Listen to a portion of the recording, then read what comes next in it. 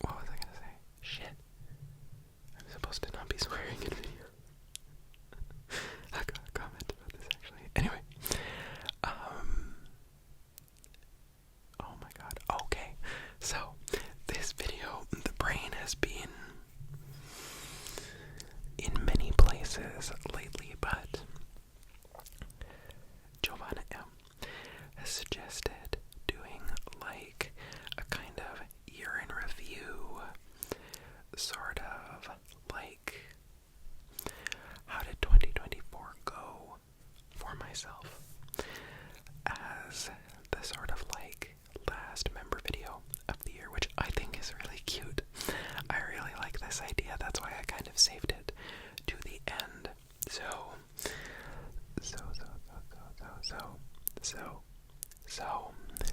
I thought we could do something kind of interesting. So JovanaM, here's the comment. I brought it up so that I could read it. JovanaM said, I was gonna suggest something along these lines as well, like a year in a review, where you talk about what this year was like for you. Favorite movie, favorite books, etc. And then I also like, so that was, okay, here's APK's comment. A list of my favorite things of the year would be really fun. Food, books, movies, anything. And then JovanaM kind of added on with that sort of like year in review idea. So I'm kind of like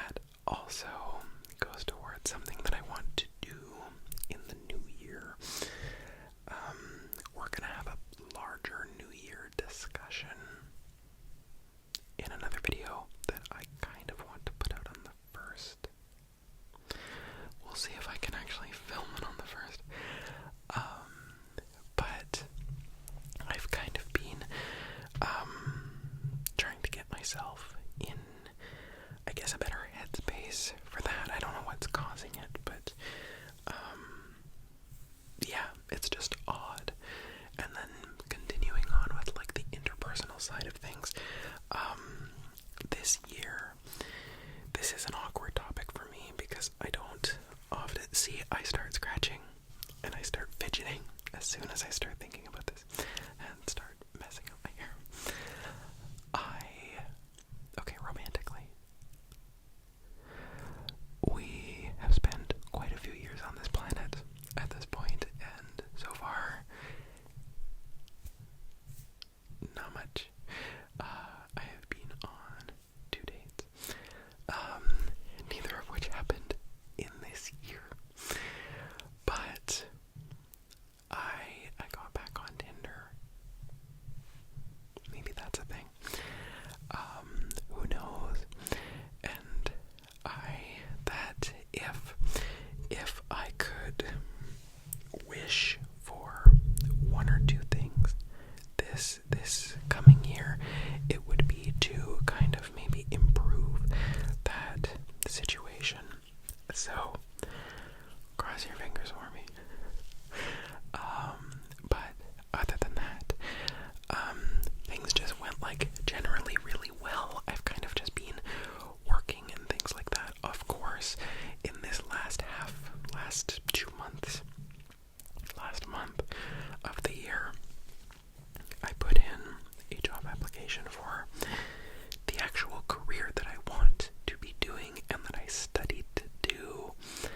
And that was a milestone that, frankly, I did not see myself reaching within a year. Last year, I thought back in 2022 that I would apply then. I didn't. And a lot of that boiled down to nervousness and issues with self-confidence. So clearly something has been getting better on that front. But I'm really, really hoping, of course, being the time of year that it is, job applications really aren't fresh on anybody's mind. So they are not looking at them until the new year. They let me know this. Thank you. Thank someone for that. But just like having that knowledge that I finally did it, and then I'm trying to get the ball rolling. Yeah, it makes me very happy. It makes me also proud of myself, which is not something that I really ever allow myself to feel. So again, things to work on. So that being year in review, of course, next year goal is career. How do I get it? Who do I have to romance to get it? Just kidding. I'm not willing to do that to get into my chosen career path, but would I? No, I wouldn't. Clearly, as we just discussed, at the best of times, that doesn't happen, so. But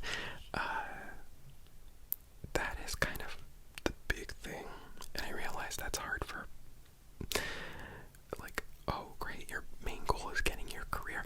I am very lucky in that my chosen career path, which I keep separate from my internet personality, because I work with a very sensitive class of people in society, and it is irresponsible of me to broadcast what I do, because the internet is a scary place at times. Not that I don't trust any of you, but it's best to keep that kind of thing separate. So, like, I find the work not work, which I really like.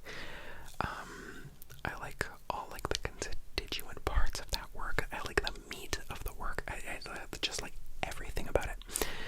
It makes me very happy. It makes me very fulfilled. So, I'm excited to get that happening. It's taken maybe too long, but again, that's me judging myself. So, it has taken the amount of time that it has need to have taken. I'll frame it like that. So yeah, other goals for 2025.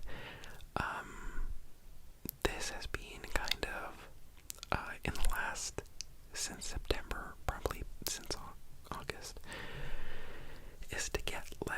busy, and I understand that starting a new career will not help that, but it will.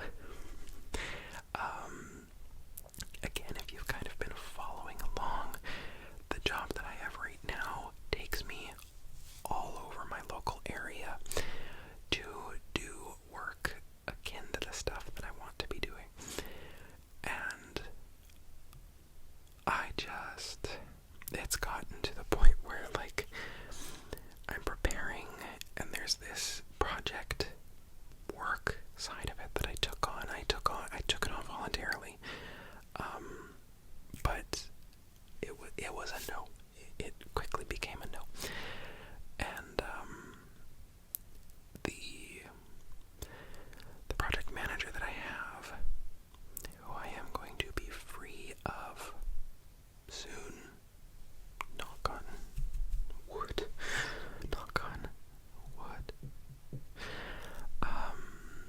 has dragged it. What could have been a May to August thing became a May to January thing. And that's not right. It really isn't. And it has really made me fed up with the sort of organization as a whole, the stuff that I like to do, and this project side of the stuff. So, moving away from that, I am excited to do, and that is kind of year in review plus what is next year. More on next year in another upcoming video. So, another facet of this suggestion is my favorites. So, first we are going to start with visual media. I can't really do effects.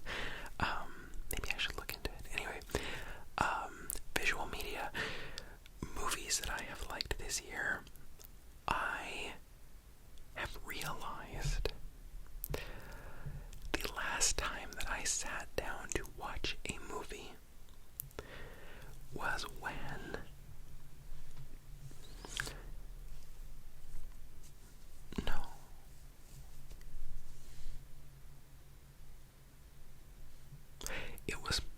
it was Barbie, actually, and that was when it was in theaters. That was when, like, the whole Barbenheimer thing was happening. So I have not watched much in terms of movies this year. I have, however, that's new. Old stuff, though. Okay. Well, I watched the original Star Wars trilogies, the original trilogy, and then the prequel trilogy. And in doing that, I also watched a lot of Star Wars: The Clone Wars this year. I finished The Bad Batch. This is a Star Wars household, hands down. Easily my favorite out of Star Wars would either be Return of the Jedi, or people are gonna fucking hate me for this, The Phantom Menace. Return of the Jedi definitely takes it, but The Phantom Menace is a close second. Why is this, you ask?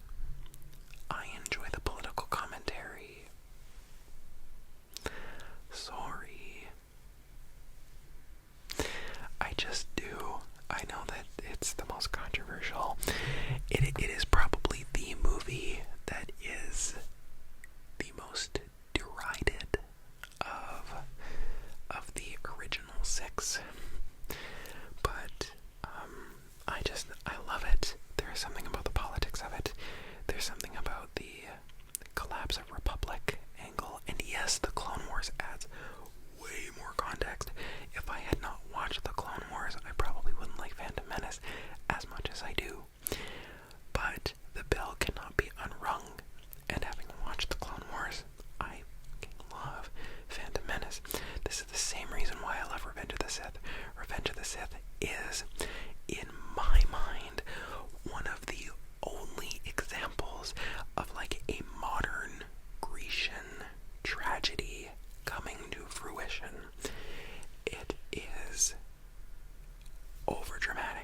is overdone. The dialogue is stilted, but welcome to Greek tragedy. It's perfect. Anyway, I also watched Avatar: The Way of Water, and I rewatched the original Avatar, James Cameron, the universe. The Way of Water, I like it. I think the Avatar franchise as a whole has to do some reckoning with some tricky cultural comparisons, if that's what I guess you can call it. Yeah, but I would hope that at some point it does get addressed.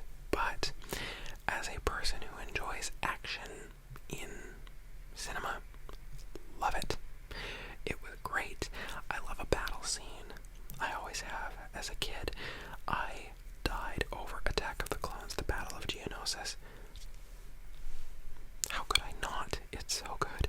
And that has continued into adulthood. I love the giant battle scene at the end of the first James Cameron Avatar. I love the, especially far more personal drama in the battle scene, in The Way of Water. And yeah, that's just, I really like it. Other stuff, I have not rewatched Arrival in a very long time, but I have been thinking of doing it, and this suggestion reminded me that I should, because I really like Arrival. It is such a good movie. That's like the linguistics one, where the aliens come down and teach their language in those giant, like, comma-shaped kind of spacecraft. Another movie that I really like is Tron Legacy. Tron Legacy is a visual feast. It is an auditory feast. It holds up. Again, if I am the kind of person who likes stilted dialogue and weirdness, so be it. I like what I like. Obviously, Barbie is fantastic. That is easily my favorite movie ever, I would say. It's so good. But yeah, it has been kind of a year of revisiting old favorite kind of things in terms of TV shows. Like I said, I finished The Bad Batch. Again, it's very heartwarming. It's very sweet. The last season of it it's kind of like Omega goes to prison, Omega escapes, Omega goes to prison. But it's all done really, really well, and I think the character of Omega really comes into her own, which makes me very excited. I very recently finished Ahsoka. I think that,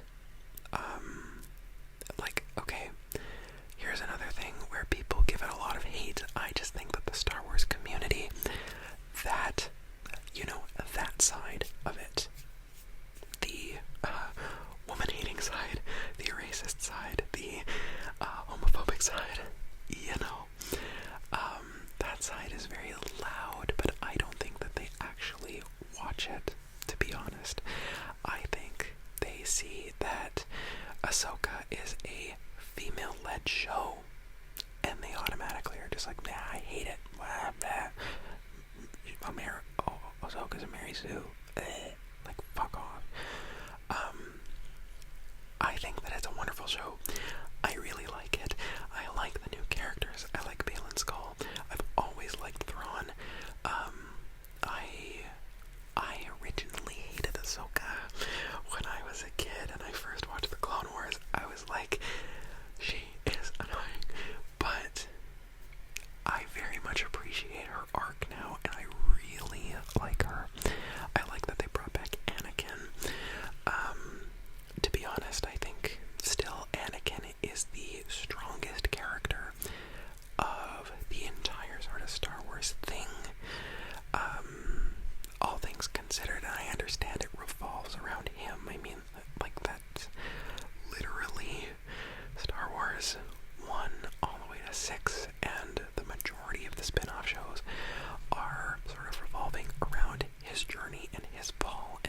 Redemption and all that kind of stuff. I love Sabine Wren. I really like Rebels. I finished Rebels last year. And of course it's very, very good. I enjoy that we got to take a trip back to Lothal. It made me very happy. I enjoy that we got Night Sisters back in Ahsoka. I think that's a very interesting angle. I think the unique takes on the Force are really cool. I started the Acolyte, and spoiler alert, I love it. Sorry, not sorry. I, again, love that it is female-led. I love that it is something from not a time period we've seen. I like that it shows us a different angle on the Jedi. I like that we get a coven of, like, I wouldn't say queer-coded, but like interesting family dynamic coven of witches. Abigail Thorne is in it. Like, if you don't know who Philosophy Tube is on here, Philosophy Tube, she is one of my most watched YouTube channels of all time, and seeing Abigail on screen in The Acolyte when I did not know, I loved it so much. I have not finished The Acolyte because I have not had time, but I am very excited to finish it. Let's see. That's pretty much, I mean, a lot of the TV that I have watched has been Star Wars. I rewatched, like I said, the Clone Wars, the episodes that I like. Yeah. Honestly, I can't. Oh, if we're talking about TV that me and my mom watch, she and I love a good reality series. I wish that Alona would have won Dancing with the Stars, but I am fine with Joey winning. I loved both of them, but I liked Alona better. She was not as good of a dancer as Joey, and if it's a talent competition, I understand why he would win. Housewives of OC was fun this year. I'm sad that we didn't get Beverly Hills this fall. I know it's coming, but I want it. What else? She more so watches The Bachelor and The Golden Bachelorette. But they were fun, I guess. I don't really have anything against either of them anyway. I'm sad that we didn't get Bachelor in Paradise, because if Bachelor in Paradise is nothing else, it is true farcical television, which I can enjoy. But yeah, I've had a very boring visual media year this year. Interesting. Anyway, so, TV show, movie. Yeah, I think I've done a good job of that. So, now, this is where we get to my favorite part. We get to talk about books. Okay. Okay.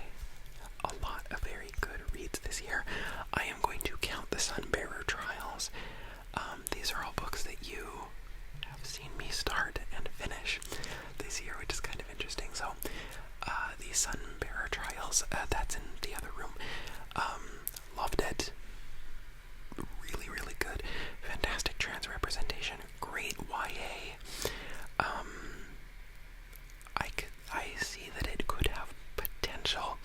The only thing that I think might hamstring it is the fact that it is such an LGBTQ trans-centered story that I worry that it will not get the recognition that it deserves. But it is probably, I mean, it's better than the Divergent series. Sorry. If you're a fan of Divergent, the Sunbearer Trials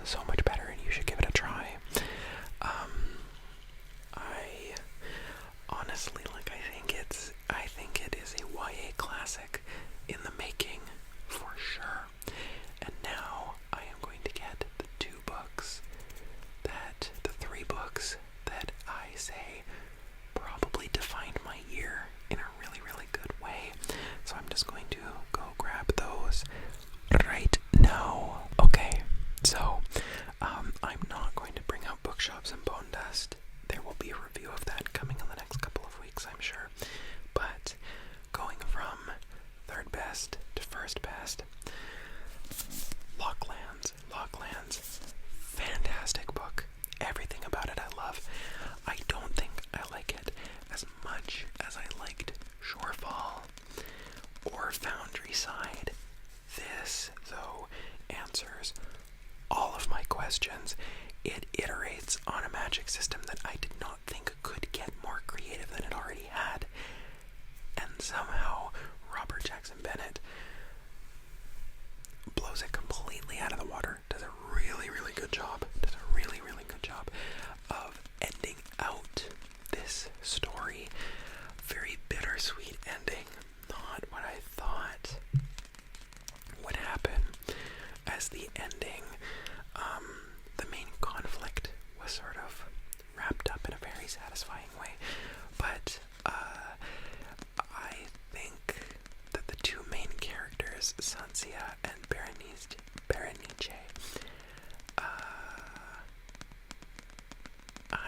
I wanted better for them, but it completely makes sense where they took it. So I'm happy with it. Most of all, if you like action, if you like interesting heist stories, fantasy heist using one of the most, wild and ridiculous and cool magic systems. There's a lot of hard rules, but the way that Robert Jackson Bennett operates within them, I think is really, really amazing. Especially because the author has created quite a harsh, stiff set of rules, but the way that Robert just makes their characters bend them and shift with them and operate with them, it's fantastic. It's amazing. Pick this up. Foundry Side is the first book of 3. Foundry Side, Shorefall, and then Locklands. All of them are fantastic. I can recommend them all equally. But like I said, I think Shorefall is where I had the most fun with it. And then this is sort of where it got the most dire, the most grim, but it solved itself in, I think, a really good way, and it tied up tons of loose threads, which I really enjoy. The next, Record of a Spaceborne Few. Becky Chambers. If Becky Chambers does not go down as a Hemingway, an Angelou, a whatever, I will be pissed, to say the least. Becky Chambers is, I think, writing the best science fiction on planet Earth at this moment. Currently, it is so down to earth. It is so human. It is so real. It's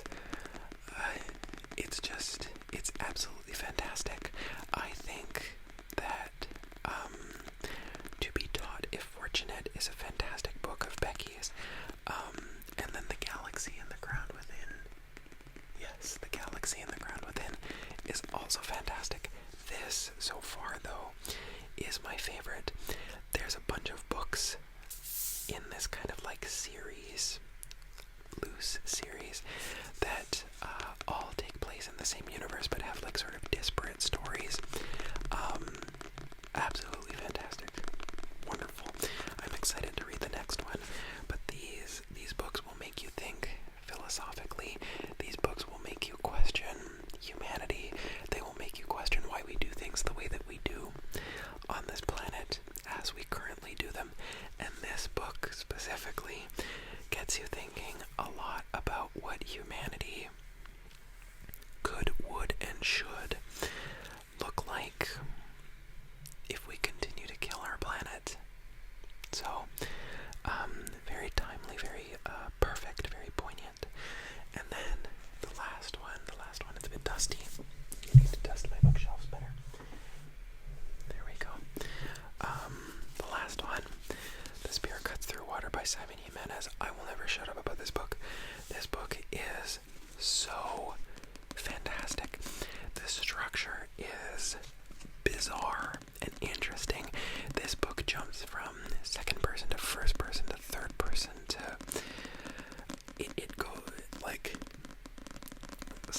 Menace has found a way to tell 3 stories in tandem. Simon Jimenez has found a way to tell simultaneously a story about not understanding who you are and discovering things like sexuality-wise. Simon Jimenez has also done a fantastic job of examining parental dynamics, family relationships. Simon Jimenez has done a fantastic job of deconstructing power.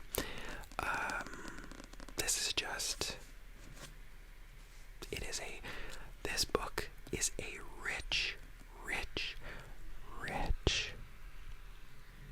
well of everything that fantasy wants to be, should be, can be. It's fantastic. It is. It's a triumph, honestly. This is, I would say, magnum opus level masterwork. It's truly like how somebody can be this genius is just, it's beyond me. I want to read everything that Simon puts out in the future, hopefully. And I'm gonna start looking for more Simon Jimenez books. I know there's a couple more, I think, too. But I cannot recommend this enough. This is fantastic. Again, it made me sit down, it made me think, it made me examine my own relationships with the people that I love, with the people that I used to love who have decided to take themselves out of my life. Speaking of the other side of my family, because of the way that I am, okay? It's so good. And then it also dissects like culture and tradition and ancestry and the severed tie between people who have been deliberately separated from their culture. There is also aspects of like the complications of immigration and the cultural ties that connect you to immigration and like to your like home country, but you've immigrated, you might be a 3rd or 4th generation immigrant, and like bridging that gap between the older members of your family. It's just, there is so much going on in this book, and I love it. It's wonderful. It is fantastic. Amazing. Like I said, a triumph. Like, again, if Robert Jackson Bennett, if Becky Chambers, if Simon